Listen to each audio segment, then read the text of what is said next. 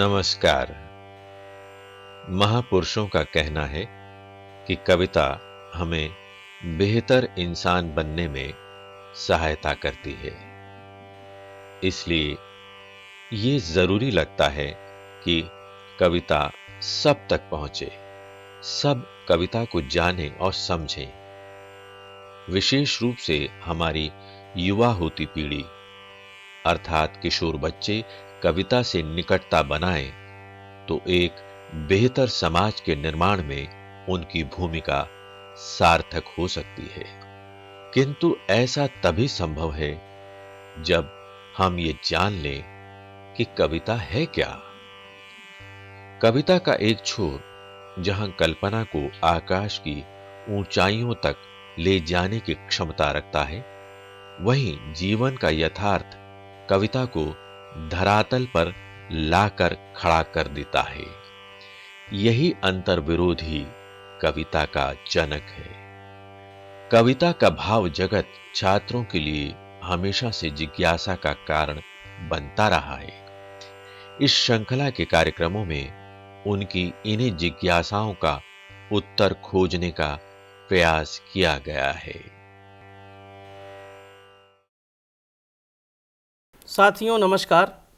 कवि और कविता श्रृंखला के अंतर्गत आज हम प्रस्तुत कर रहे हैं हिंदी उर्दू की साझी संस्कृति के महत्वपूर्ण कवि नज़ीर अकबराबादी और उनकी कविता आदमीनामा पर आधारित यह कार्यक्रम। नज़ीर की यह कविता एनसीईआरटी की कक्षा 9 की हिंदी की पाठ्यपुस्तक स्पर्श भाग 1 में संकलित है। कविता से जुड़े हुए महत्वपूर्ण बिंदुओं पर चर्चा के लिए आज हमारे बीच उपस्थित हैं डॉक्टर प्रीति सागर, महात्मा गांधी अंतर्राष्ट्रीय हिंदी विश्वविद्यालय वर्धा में प्रोफेसर और डीन के पद पर कार्यरत हैं। हिंदी भाषा साहित्य की महत्वपूर्ण हस्ताक्षर है। स्त्री लेखन पर वो निरंतर सक्रिय हैं। डॉक्टर प्रीति सागर जी, हम कवि नज़ीर अकबराबादी की कविता आदमीनामा पर चर्चा करने से पहले हम चाहते हैं कि कवि का संक्षिप्त जीवन परिचय दे दें तो विद्यार्थियों को कविता समझने में आसानी होगी। जी ज़रूर। नज़ीर अकबराबादी 18वीं सदी के कवि हैं। उनकी जन्म तिथि के बारे में निश्चित रूप से कुछ नहीं कहा जा सकता, लेकिन ज़्यादातर विद्वान ये मानते हैं कि वे दिल्ली में पैदा हुए थे सन 1735 ईस्वी में। क्या बात। जब नज़ीर साहब इस दुनिया में आए तो वह दौर मुगलिया सल्तनत के पतन का दौर था। और जब 1757 ईस्वी में अहमद शाह अब्दाली ने दिल्ली पर आक्रमण किया, उस समय बहुत से परिवार जान और माल की सुरक्षा के लिहाज से आगरा की ओर कूच कर गए थे। उनमें नज़ीर साहब का परिवार भी था। नज़ीर साहब का मूल नाम वली मोहम्मद था, लेकिन आगरा शहर को अकबर के बाद अकबराबाद के नाम से भी जाना जाता था। और जब नज़ीर साहब आगरा में रहने लगे तो उन्होंने उस शहर का नाम अपने नाम के साथ जोड़ लिया, इसलिए बाद में वे नज़ीर अकबराबादी के नाम से जाने गए। आप देख सकते हैं कि वर्तमान समय में भी बहुत से ऐसे शायर हुए हैं जिन्होंने अपने शहरों के नाम अपने नाम के साथ जोड़े हैं। कैफी आज़मी हैं, मसरूर सुल्तानपुरी हैं, साहिल लुधियानवी हैं, ऐसे तमाम शायर हमारे बीच में हैं। शबाना आजमी हैं। जी बिल्कुल ठीक कहा आपने जी। और जहाँ तक नज़ीर साहब की कविता का ताल्लुक है, हिंदी उर्दू की साझा संस्कृति के स्तंभ थे और उन्होंने बहुत ही सरल शब्दावली में अपनी कविताएं लिखी हैं। क्या बात है। उनकी कविताएं आम आदमी की रोज़मर्रा ज़िंदगी से ताल्लुक़ रखती हैं और उनके समाज के जितने भी रूप रंग हैं वो सब उनकी कविताओं में मौजूद हैं। क्या बात है। नज़ीर साहब अपने समय में तो उतने नहीं पहचाने गए और उनकी उपेक्षा की गई, क्योंकि वो उनकी कविताएं बहुत ही अछूते विषयों पर और बहुत ही साधारण विषयों पर भी हैं। लेकिन बाद में उन पर कुछ काम हुआ और उत्तर प्रदेश हिंदी संस्थान से प्रोफेसर नज़ीर मोहम्मद साहब ने उन पर एक रचनावली संपादित की थी। तो ये उनके बारे में थोड़ी बहुत जानकारी। बिल्कुल सही मैडम, आपने कहा कि नज़ीर अकबराबादी आम जनता के कवि थे। आम जनता का आशय कि आम जनता की ज़रूरतों के हिसाब से वो कविताएं रचते थे। इसके बारे में आपकी क्या राय है? जी, नज़ीर साहब के बारे में ऐसा कहा जाता है कि प्रायः राह चलते हुए उनसे रेड़ी वाले, ककड़ी वाले, सौदा सुल्फ बेचने वाले उनसे ये दरख्वास्त करते थे, गुजारिश करते थे कि आप हमारे लिए कविता रच दीजिए, और वे उनके लिए कविता रच कर दे देते थे, जिसका इस्तेमाल वे प्रायः अपनी सौदा सुल्फ बेचने के लिए किया करते थे। तो इस तरह से जनमानस के कवि होने के कारण, जनमानस में लोकप्रिय होने के कारण उन्हें उस समय वो शोहरत हासिल नहीं हुई जिसके वो हकदार थे। आधुनिक काल में हबीब तनवीर नाम के प्रसिद्ध नाटककार हुए हैं, उन्होंने नज़ीर अकबराबादी को केंद्र में रखकर आगरा बाजार नाम से एक नाटक लिखा जो बहुत ही मकबूल हुआ था। क्या बात है, क्या बात है जी। डॉक्टर साहब, आपने बहुत अच्छा परिचय दिया कवि नज़ीर अकबराबादी का। हमारे विद्यार्थियों को कविता समझने के लिए ये परिचय बहुत ही मददगार साबित होगा। अब हम कविता पर बातचीत करते हैं। आपसे गुजारिश है कि कविता का पाठ करते हुए कविता के भावार्थ को बताइए तो विद्यार्थी आसानी से इसको समझ सकेंगे। जी ज़रूर। कविता का शीर्षक है आदमी नामा। आदमी नामा नज़ीर साहब की प्रतिनिधि कविता मानी जाती है। यह एक लंबी कविता है। इसमें नज़ीर ने आदमी के अलग अलग रूपों की व्याख्या की है और ये बताने की कोशिश की है कि इस दुनिया में तमाम तरह के आदमी हैं और उनमें तमाम तरह की अच्छाइयाँ और बुराइयाँ भी हैं, लेकिन इन सब के बावजूद वो एक आदमी ही है। यह एक लंबी कविता है और इस पुस्तक में इसके 4 छंद संकलित हैं। मैं इन छंदों को आपके सामने रख कर उसकी व्याख्या कर रही हूँ। पहला छंद है, दुनिया में बादशाह है सो है वो भी आदमी, और मुफलिसो गदा है सो है वो भी आदमी। ज़रदार बेनवा है सो है वो भी आदमी, नियमत जो खा रहा है सो है वो भी आदमी। क्या बात जी। टुकड़े चबा रहा है सो है वो भी आदमी जी। नज़ीर साहब इस कविता में ये कहना चाहते हैं कि दुनिया में जो राजा के रूप में हैं, बादशाह के रूप में हैं जी, इस संसार पर शासन कर रहा है, वह एक मनुष्य है, आदमी है। और मुफलिसो गदा है। मुफलिस के माने होते हैं निर्धन, गरीब, और गदा का मतलब है फ़कीर या भिखारी। तो जो निर्धन है या जो भिखारी है वह भी आदमी ही है। ज़रदार बेनवा है सो है वो भी आदमी। ज़रदार का मतलब होता है बहुत ही धनवान व्यक्ति और बेनवा का मतलब होता है कमज़ोर। तो जो इस संसार में ज़रदार हैं, बहुत संपत्तिवान हैं, जिनके पास तमाम सुख सुविधाएं हैं, ऐशो आराम के साधन हैं, वो लोग भी आदमी हैं। और जो कमज़ोर हैं, जिनकी मदद के लिए कोई नहीं आ सकता है या नहीं आता है, वो लोग भी आदमी ही हैं। नियमत जो खा रहा है सो है वो भी आदमी। नियमत का मतलब होता है स्वादिष्ट खाना, स्वादिष्ट भोजन। जिस व्यक्ति को पेट भर के स्वादिष्ट भोजन खाने की सुविधा है वह भी आदमी है। और टुकड़े चबा रहा है सो है वो भी आदमी।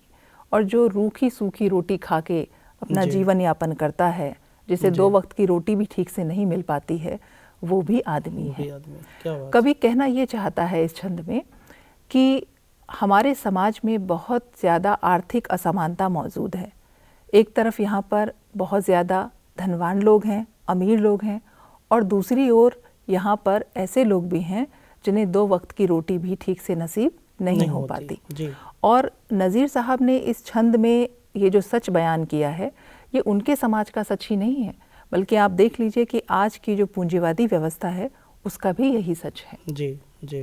दूसरा छंद है, मस्जिद भी आदमी ने बनाई है या मियाँ, बनते हैं आदमी ही इमाम और खुतवा खां, पढ़ते हैं आदमी ही कुरान और नमाजियाँ, और आदमी ही उनकी चुराते हैं जूतियाँ, जो उनको ताड़ता है सो है वो भी आदमी। जी। अब देखिए यहाँ पर नज़ीर अकबराबादी क्या कहना चाहते हैं कि मस्जिद भी आदमी ने बनाई है या मियाँ। मस्जिद यानी कि पूजा घर, जो लोग इस्लाम धर्म को मानते हैं उनके धर्म स्थल को मस्जिद कहा जाता है। जी, इबादत गाह है। तो इस संसार में जो भी मस्जिदें हैं वो सब आदमी ने ही बनाई हैं। बनते हैं आदमी ही इमाम और खुतवा खां। इमाम होते हैं जो वहाँ पर नमाज पढ़वाते हैं मस्जिद में, और खुतवा खां जो कुरान शरीफ का अर्थ बताते हैं। तो उस मस्जिद में जो इमाम का काम कर रहे हैं और जो खुतवा खां का काम कर रहे हैं वे भी आदमी ही हैं। पढ़ते हैं आदमी ही कुरान और नमाजियाँ, और जो उन मस्जिदों में जाकर कुरान शरीफ का पाठ करते हैं या फिर नमाज अदा करते हैं, वे लोग भी आदमी ही हैं जी। और आदमी ही उनके चुराते हैं जूतियाँ जी। और अक्सर देखा जाता है कि धर्मस्थलों के बाहर जब लोग अपने चप्पलें या जूतियाँ छोड़कर अंदर जाते हैं तो कुछ लोग ऐसे भी होते हैं जो उन जूतियों को चुरा लेते हैं। तो यहाँ नज़ीर साहब उन लोगों की तरफ इशारा करते हुए कहते हैं कि जो धर्म स्थलों के बाहर से या मस्जिद के बाहर से जूतियाँ चुरा रहे हैं वे लोग भी आदमी ही हैं। जो उनको ताड़ता है सो है वो भी आदमी, और जो उन पर निगाह रख रहा है, देख रहा है, वह भी आदमी ही है। यानी जो जूतियों को चुराते हुए देखता है, जी जी, वो है ताड़ता। हाँ, वो ताड़ रहा है, उन पर निगाह रख रहा है, तो वह भी आदमी ही है। तो यानी कि आदमी की जो प्रकृति है या जो स्वभाव है वो कितनी अलग किस्म का है, उसका बयान उन्होंने यहाँ पर किया है कि एक आदमी के लिए उसका धर्म है इबादतगाह में जाना, ईश्वर को याद करना, उसकी पूजा करना, और दूसरी ओर कुछ व्यक्ति ऐसे हैं जिनका धर्म है मस्जिद के बाहर से जूतियाँ चुराना, और कुछ व्यक्ति ऐसे भी हैं जो उन पर निगाह रखे, बल्कि उनकी आदत है वो। जी जी, उनका स्वभाव हो गया है कि वैसा करेंगे, और कुछ लोग उनको देख रहे हैं जी, जूतियां ले जाते हुए, हाँ, यानी कि ताड़ रहे हैं। यानी कि दो तरह के लोग यहाँ पर मौजूद हैं कि एक जो है वो अच्छाई का स्वभाव धारण किए हुए हैं और दूसरे लोग बुराई को ही अपना कर्म बनाए हुए हैं। जी जी। कविता का तीसरा छंद है जी। इस छंद में नज़ीर साहब कहते हैं, या आदमी पे जान को वारे है आदमी, आदमी ही है जो किसी की रक्षा के लिए अपने प्राणों को न्यौछावर कर देता है, अपनी जान को गंवा देता है जी। और आदमी पे तेग को मारे है आदमी, तेग का मतलब है तलवार जी। और आदमी ही होता है जो तलवार से दूसरे को मार देता है, उसकी हत्या कर देता है, उसको प्राणों को ले लेता है। मतलब एक तरफ वो प्राणों की रक्षा भी कर सकता है और दूसरी तरफ प्राणों का हरण भी कर सकता है। पगड़ी भी आदमी की उतारे है आदमी, पगड़ी उतारना, ये मुहावरा इस्तेमाल किया है नज़ीर साहब ने। पगड़ी उतारने का मतलब है बेइज्जत करना, अपमानित करना। तो आदमी ही होता है जो किसी कारणवश किसी दूसरे आदमी की पगड़ी उतार देता है, उसको अपमानित करता है और चिल्ला के आदमी को पुकारे है आदमी। आदमी ही है जो ज़रूरत पड़ने पर मदद के लिए किसी दूसरे को आवाज़ लगाता है, पुकारता है और सुन के दौड़ता है सो है वो भी आदमी। और आदमी की मदद के लिए जो सुनकर दौड़ते हुए चला आता है वो भी आदमी होता है। तो इस तरह आदमी खुदगर्ज भी हो सकता है, स्वार्थी भी हो सकता है और दूसरे के लिए अपनी जान भी न्यौछावर कर सकता है। ये आदमी के अलग अलग रूप और अलग अलग किस्में हैं। जी जी जी। इस कविता का आखिरी छंद है, अशराफ और कमीने से ले शाहता वज़ीर, ये आदमी ही करते हैं सब कारे दिल पजीर। या आदमी मुरीद है और आदमी ही पीर, अच्छा भी आदमी ही कहाता है ए नज़ीर, और सब में जो बुरा है सो है वो भी आदमी। यहाँ पर नज़ीर साहब ये कह रहे हैं कि अशराफ और कमीने से ले शाहता वज़ीर, इसके कुछ शब्द मैं आपको बताना चाहूँगी। जी हाँ जी। अशराफ का मतलब है शरीफ व्यक्ति जी, और कमीने का मतलब है जो ख़राब व्यक्ति है, तुच्छ व्यक्ति है, नीच व्यक्ति है। शाह माने राजा, बादशाह जी, और वज़ीर माने मंत्री जी। तो इस दुनिया में जो शरीफ हैं, ईमानदार हैं, जो ख़राब लोग हैं या जो शहंशाह है या मंत्री है, वे सब आदमी ही हैं। ये आदमी ही करते हैं सब कारे दिल पजीर। कारे का मतलब है कार्य करना, काम करना जी। और दिल पजीर का मतलब है मन मुताबिक काम करना, दिल को पसंद आने वाला काम करना जी। तो इस संसार में जितने भी लोग हैं, अच्छे बुरे, राजा मंत्री, सब दिल को पसंद आने वाले काम करते हैं और ये सब आदमी ही होते हैं जी, जी। या आदमी मुरीद है और आदमी ही पीर। मुरीद का मतलब है शिष्य जी, और पीर का मतलब है धर्म गुरु जी। तो इस संसार में आदमी ही शिष्य है और आदमी ही उसका गुरु भी है, उस्ताद भी है जी। अच्छा भी आदमी ही कहाता है ए नज़ीर। नज़ीर कहते हैं कि इस संसार में आदमी ही है जो अच्छा कहलाता है अपने कर्मों से जी। और सब में जो बुरा है सो है वो भी आदमी, और अपने कर्मों के कारण ही जो सबसे बुरा है वो भी आदमी ही है।